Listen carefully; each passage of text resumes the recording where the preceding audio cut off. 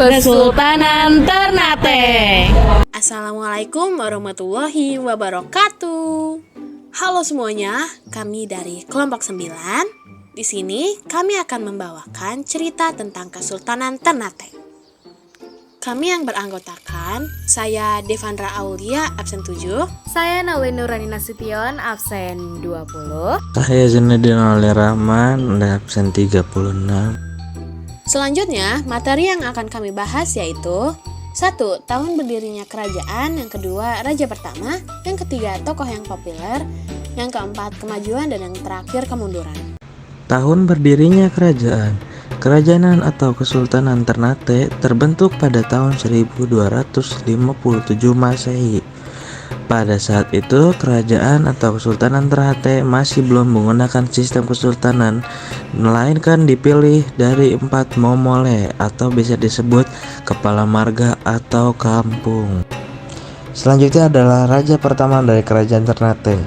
Raja pertama yang terpilih adalah Momole Ciko dari Sampulu dan diangkat sebagai Kolano atau raja pertama dengan gelar Bab Masur Malamo. Memimpin pada tahun 1257 Masehi sampai dengan 1272 Masehi. Selanjutnya adalah raja yang terkenal atau tokoh yang terkenal dari Kesultanan Ternate. Ada di antaranya yaitu Sultan Babuloh, Sultan Zainan Abidin, dan Sultan Khairul Jamin. Kemajuan Kerajaan Ternate.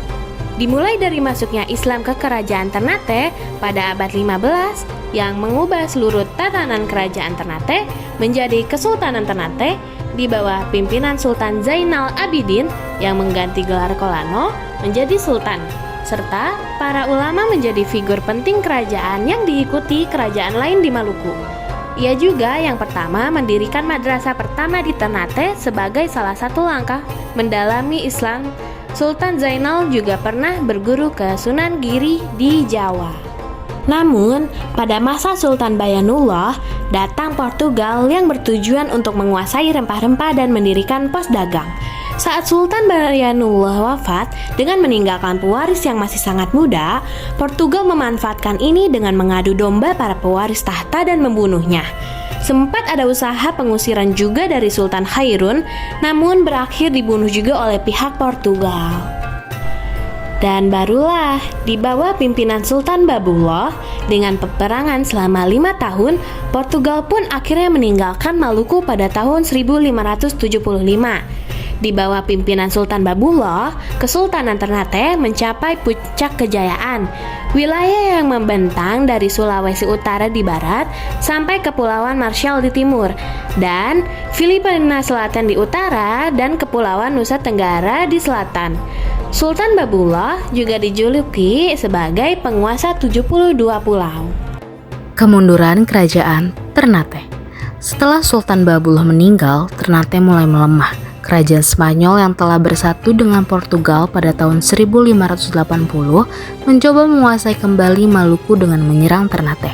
Dengan kekuatan baru Spanyol memperkuat kedudukannya di Filipina, Ternate pun menjalin aliansi dengan Mindanao untuk menghalau Spanyol namun gagal. Bahkan Sultan Said Barakati berhasil ditawan Spanyol dan dibuang ke Manila. Beberapa Sultan Ternate berikutnya tetap berjuang mengeluarkan Ternate dari cengkraman Belanda. Dengan kemampuan yang terbatas karena selalu diawasi, mereka hanya mampu menyokong perjuangan rakyatnya secara diam-diam. Yang terakhir, tahun 1914, Sultan Haji Muhammad Usman Shah menggerakkan perlawanan rakyat di wilayah-wilayah kekuasaannya, bermula di wilayah Banggai di bawah pimpinan Khairuddin Tomagalo namun gagal. Saat Sultan Haji Muhammad Usman Shah terbukti terlibat dalam pemberontakan oleh Belanda dan berdasarkan keputusan pemerintah Hindia Belanda, Sultan Haji Muhammad Usman Shah dicopot dari jabatan Sultan dan dia dibuang ke Bandung tahun 1915 dan meninggal di sana tahun 1927. Pasca penurunan Sultan Haji Muhammad Usman Shah, jabatan Sultan sempat lowong selama 14 tahun dan pemerintah adat dijalankan oleh Jogugu serta Dewan Kesultanan. Sempat muncul keinginan pemerintah Hindia Belanda untuk menghapus Kesultanan Ternate. Namun, niat itu urung dilaksanakan karena khawatir akan reaksi keras yang bisa memicu pemberontakan baru. Sementara Ternate berada jauh dari pusat pemerintahan Belanda di Batavia.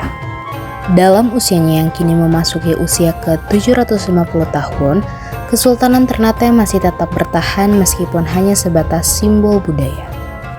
Dan inilah peta kerajaan Ternate yang menjadi letak di mana keberadaan kerajaan atau Kesultanan Ternate. Sekian pemaparan kami mengenai kerajaan atau Kesultanan Ternate. Kurang lebihnya mohon maaf. Terima kasih banyak. Wassalamualaikum warahmatullahi wabarakatuh.